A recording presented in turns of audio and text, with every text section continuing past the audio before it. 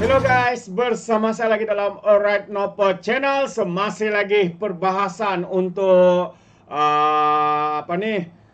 belanjawan 2025 Malaysia Madani. Dan apa yang saya lihat sahabat semua, inilah perbahasan yang berkualiti ya daripada YB Amaruddin ketimbang dengan ahli parlimen Perikatan Nasional yang tidak habis-habis berpolitik, memprovokasi, ya buat tuduhan, ya mengatakan kerajaan ini gagal dan sebagainya. Sebenarnya mereka yang gagal untuk menjadi ahli parlimen pembangkang semak dan imbang. Apa yang kita lihat, rakyat hari ini mengatakan pembangkang yang ada pada hari ini menyemak di Dewan Rakyat, sahabat-sahabat semua. Berpolitik sepanjang masa, ya mungkit itu, ungkit ini, tapi tidak pun mereka mengatakan sesuatu khususnya soal rakyat dan sebagainya. Jadi sekali lagi saya ingin membawakan Anda pilihan perbahasan saya hari ini ya daripada YB Amaruddin Sari ya untuk perbahasan untuk belanjawan 2025 Malaysia Madani. Jadi sahabat semua, tanpa buang masa, ayo kita tonton video ini. Yang Muhammad Gombak. Terima kasih Yang di-Pertua atau Pemangku Yang di-Pertua, Surah Dewan sekalian. Assalamualaikum, salam Malaysia Madani buat semua. Pertamanya Gombak ingin mengucapkan ribuan terima kasih di atas kesempatan yang diberikan untuk memulakan perbahasan usul belanjawan Persekutuan 2025 yang telah dibentangkan oleh Yang Amat Berhormat Menteri Keuangan ataupun Yang Amat Berhormat Tambun beberapa hari yang lepas. Dan sudah pasti kita menyambut baik beberapa saranan yang telah dikemukakan oleh Yang Amat Berhormat Tambun dalam pembentangan belanjawan tersebut. Dan saya tertarik dengan kutipan surah Al-Balad yang telah dinukilkan di dalam teks penuh ucapan Yang Amat Berhormat Tambun, khususnya apabila mengembangkan beberapa tafsir daripada tafsir pimpinan Ar-Rahman, khususnya pada ayat-ayat yang ke-12, 13 dan 14, yang secara asasnya memberikan gambaran bagaimanakah tiga perkara ataupun puncak kebaikan yang patut dicapai oleh manusia, khususnya bagi sebuah negeri. Ada tiga perkara yang terangkum dalam tafsiran yang telah diberikan oleh tafsiran pimpinan Ar-Rahman. Yang pertama, membebaskan hamba, fakkur raqabah, iaitu soal kebebasan dan keramah insaniah. Yang kedua, memberi makan kepada orang miskin melarat dan juga anak-anak yatim khususnya daripada keturunan. Dan ini adalah niat yang terkandung dalam beberapa dasar negara dalam memastikan kita dapat merapatkan jurang di antara yang kaya dan yang miskin. Dan yang ketiga, berpesan-pesan kepada kesabaran dan juga berpesan-pesan dengan rahmah. Wa tawasau bis sabr wa tawasau bil marhamah. Yang berhormat yang saya kasih sekalian, jika kalau kita lihat walaupun surah Al-Balad ini merupakan surah Makkiyah yang diturunkan ketika Nabi sebelum berhijrah ke kota Madinah, tetapi sebaik Nabi sampai ke Madinah, inilah di antara perkara-perkara yang terkandung di dalam Sahifah Madadiyah ataupun yang dipanggil sebagai Piagam Madinah. Rangkuman yang telah diberikan oleh almarhum Dr. Yusuf Qaradawi dalam ucapan beliau di Masjid Sultan Salahuddin Abdul Aziz Shah Alam pada 9 Disember 2009 menceritakan bahawa Nabi Muhammad SAW mendirikan dua institusi ketika sampai di Madinah. Pertama masjid dan yang keduanya pasar. Masjid memberi fokus kepada unsur-unsur kerohanian, keagamaan dan juga pentadbiran, manakala pasar memberi makna kepada rezeki dan membangunkan ekonomi keluarga, masyarakat dan negara. Yang berhormat sekalian, inilah di antara pasak yang saya percaya menjadi cita-cita dalam pembentangan belanjawan Yang Amat Berhormat Tambun, di samping kita menyedari pada ketika ini kita berdepan dengan beberapa cabaran yang jelas, iaitu cabaran seperti cabaran geopolitik yang sikit sebanyak dibincangkan dan dibicarakan sepanjang daripada perbahasan dalam Dewan pada hari ini. Buat pertama kali selepas 1947, saya kira dunia berada dalam saat yang sangat genting. Ada dua perang besar yang berlangsung, sama ada di benua Eropah ataupun di Timur Tengah, yang telah melarat kepada beberapa buah negara, yang bukan hanya melibatkan kepada isu masyarakat dan penduduk Palestin yang telah dihalau keluar daripada tanah bumi mereka, penganiayaan, pembunuhan, tetapi juga melibatkan kepada negara-negara jiran dan mungkin boleh merebak dan juga memberikan kesan yang buruk kepada ekonomi dunia dan juga keadaan sekeliling di dunia. Justru saya percaya unsur pembentukan nation building ataupun pembentukan masyarakat ataupun pembentukan negara bangsa merupakan salah satu daripada isi penting kepada pembentukan belanjawan ataupun dasar-dasar negara, dan ini terkandung dengan jelas apabila kerajaan membentangkan apa yang dipanggil sebagai kerangka ekonomi madani. Walaupun yang disebutkan meninggikan shilling, meninggikan lantai, menaikkan martabat rakyat di bawah dan juga meningkatkan ekonomi, saya percaya isu yang paling penting sebagaimana dasar ekonomi baru, dasar pembangunan nasional atau yang disebut dasar kemakmuran bersama. Dan sentuh sikitlah, dasar kemakmuran bersama dibentang masa zaman PH, bukan dibentang oleh PN pun. PN tak ada bentang apa-apa dasar semasa menjadi kerajaan selama 30 bulan. Jadi sebab itu saya percaya bahawa semua isu-isu itu yang dibangkitkan adalah untuk merapatkan jurang. Jurang di antara kaum, agama, bangsa dan tidak ketinggalan merapatkan jurang di antara yang kaya dan juga yang miskin. Jadi Perdana Menteri dalam beberapa penegasan beliau semasa dalam pembentangan belanjawan dan sebelum-sebelum ini pun mengingatkan bahawa subsidi dan juga bagaimana pencukaian dilaksanakan adalah usaha-usaha untuk memastikan yang kaya ataupun yang berada memberikan fungsi dan tugasan mereka untuk membantu kepada pembinaan nation building ataupun pembinaan negara bangsa dan juga masyarakat yang bersatu padu. Jadi tidak lagi yang kaya bertambah kaya, yang miskin terus tertinggal ataupun menjadi papa kedana. Ini prinsip asas yang saya percaya wajar disokong oleh seluruh ahli dewan. Kerana akhirnya bagaimana sekalipun cukai ia dilaksanakan, yang kaya harus memberikan dan juga yang miskin akan menerima ataupun mendapat bantuan yang dipanggil sebagai subsidi, dan sangat tidak adil untuk kita berikan subsidi kepada mereka yang sudah berada dan kaya. Saya laksanakan sedikit sebanyak pengalaman di negeri Selangor sebagai contoh. Pada tahun 2019, apabila saya telah mensasarkan semula pemberian subsidi untuk air percuma di dalam negeri Selangor. Memang terdapat pelbagai kata-kata dan juga sinikal yang ada di luar sana yang menganggap bahawa ia akan memberi kesan kepada sokongan politik mahupun memberi kesan kepada kehidupan rakyat secara meluasnya. Teringat saya bagaimana kerajaan apabila kerajaan cuba mensasarkan subsidi diesel dan mungkin selepas ini RON 95. Walaupun secara politically pada ketika ini, di saat suara pembangkang yang kuat, di saat seruan mereka yang begitu keras, ia mungkin tidak betul, tetapi ataupun tidak mencapai kejayaan segera, tapi akhirnya kita akan dapat melihat ketegasan kerajaan ataupun fungsi kerajaan untuk melaksanakan perkara yang betul. Saya ambil contoh apabila saya buka pendaftaran untuk air percuma di negeri Selangor, kita sasarkan untuk 600,000 daripada keseluruhan 2.4 juta akaun termasuk Kuala Lumpur wilayah dan persekutuan bagi menerima skim air Darul Ehsan, iaitu meneruskan air percuma di dalam negeri Selangor. Setakat ini hanya 340,000 walaupun saya dah naikkan lantai dan shillingnya kepada penerima-penerima di kalangan RM5,000 dan ke bawah. Saya percaya namun kerajaan perlu menerangkannya dengan tuntas dan jitu lebih awal ketika dilaksanakan, termasuk mengambil langkah-langkah susulan supaya kesannya itu tidak terlalu terus kepada rakyat. Dan hari ini kerajaan telah melaksanakan beberapa langkah-langkah terbaru. Tadi Kota Melaka berkongsi bagaimana kita telah berbelanja 13 bilion secara keseluruhan. Meningkatkan sumbangan tunai ramah sehingga 4,000 lebih. Dan juga beberapa program-program yang terus kepada rakyat seperti program Sejati Madani. Saya tertarik apabila Kota Melaka membangkitkan, ada juga seruan politik kaum yang membangkitkan orang Cina tak cukup.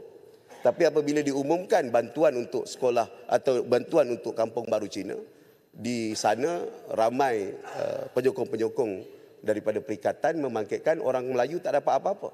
Sedangkan hakikatnya dalam Sejati Madani secara keseluruhannya ada 1 bilion. Kampung-kampung Melayu ada 600 juta ringgit Malaysia. 200 juta ringgit Malaysia untuk kampung-kampung. Manakala 100 juta untuk universiti yang sebahagiannya orang Melayu dan sebahagiannya orang Islam.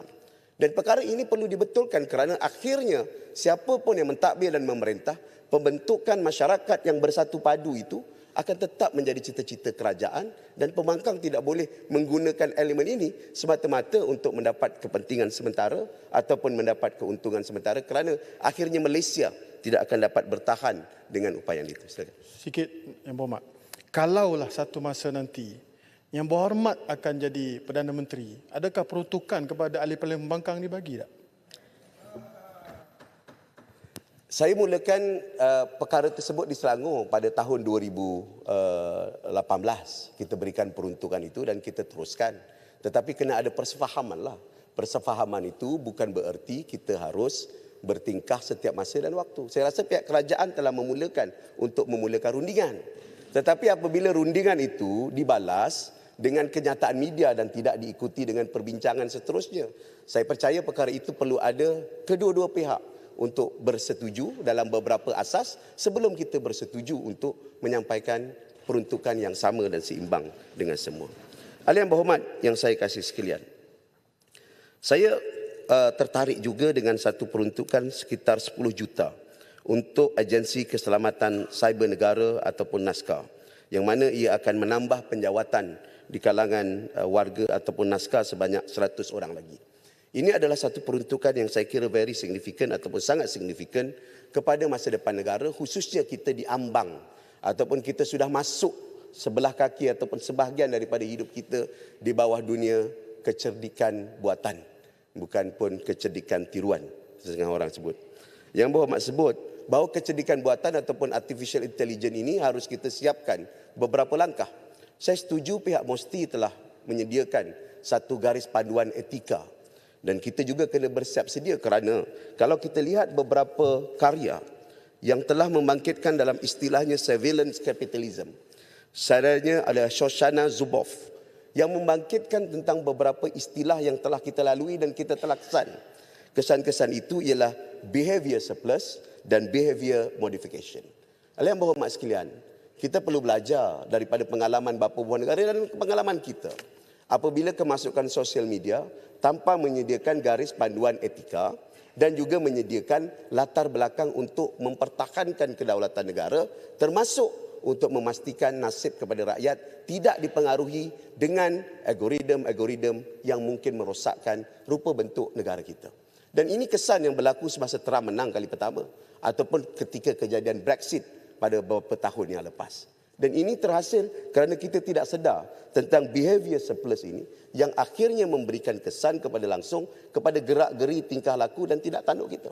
Dan tidak tanduk kita itu kemudian disalurkan kepada perniagaan, produk dan perniagaan yang dibuat dan akhirnya kita menjadi alat ataupun menjadi kontrol yang dibuat oleh pihak-pihak tertentu yang mempunyai super mesin seperti mesin dalam sosial media. Lebih-lebih lagi dalam artificial intelligence yang akan memberi kesan kepada apa yang dikatakan tentang kejituan ataupun ketulinan kepada sesuatu perkara.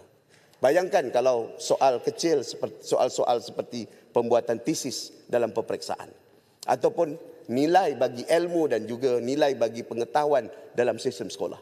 Semua sistem nilai ini akan hancur kalau kita tidak ada kawalan ataupun usaha untuk mengawal. Ini bukan bererti kita nak tutup sosial media ataupun kita kena kawal ataupun tutup artificial intelligence, tetapi perlu ada garis etika dengan menyedari bahaya-bahaya seperti ini. Dan mungkin pada hari ini kalau kita lihat ChatGPT ataupun yang dipanggil sebagai artificial intelligence AI yang terbuka, sudah boleh meniru suara orang. Dan ini akan memberi kesan kepada nilai keselamatan individu dan nasib masyarakat secara keseluruhan. Di saat apa yang disebut fakku raqabah, membebaskan penghambaan ini, saya ingin membuka paradigma seluruh ahli dewan bahawa ada kongkongan dan cloud yang besar yang boleh mengawal kita kalau kita tidak kawal, khususnya memahami artificial intelligence yang boleh menguasai, memberikan kebaikan, mempermudahkan kehidupan kita. Tetapi kalau tidak dikawal dengan baik, ia akan menjadi kongkongan kepada masyarakat dan juga warga kepada rakyat negara kita. Ini penting kepada sistem pendidikan kita. Ini penting kepada sistem nilai yang ada dalam negara dan rakyat kita. Yang berhormat sekalian, sebagai kerajaan saya percaya Tambun dan rakan-rakan pimpinan percaya kepada disiplin fiskal. Disiplin fiskal ini telah ditunjukkan dengan baik apabila kita cuba mengurangkan jumlah hutang. Tapi dalam masa yang sama, kita juga mempertingkatkan kebertanggungjawaban sosial untuk memastikan nasib masyarakat dapat dibela dan diteruskan dengan peningkatan-peningkatan sokongan termasuk dalam bidang pendidikan. Dan bidang pendidikan merupakan asas penting.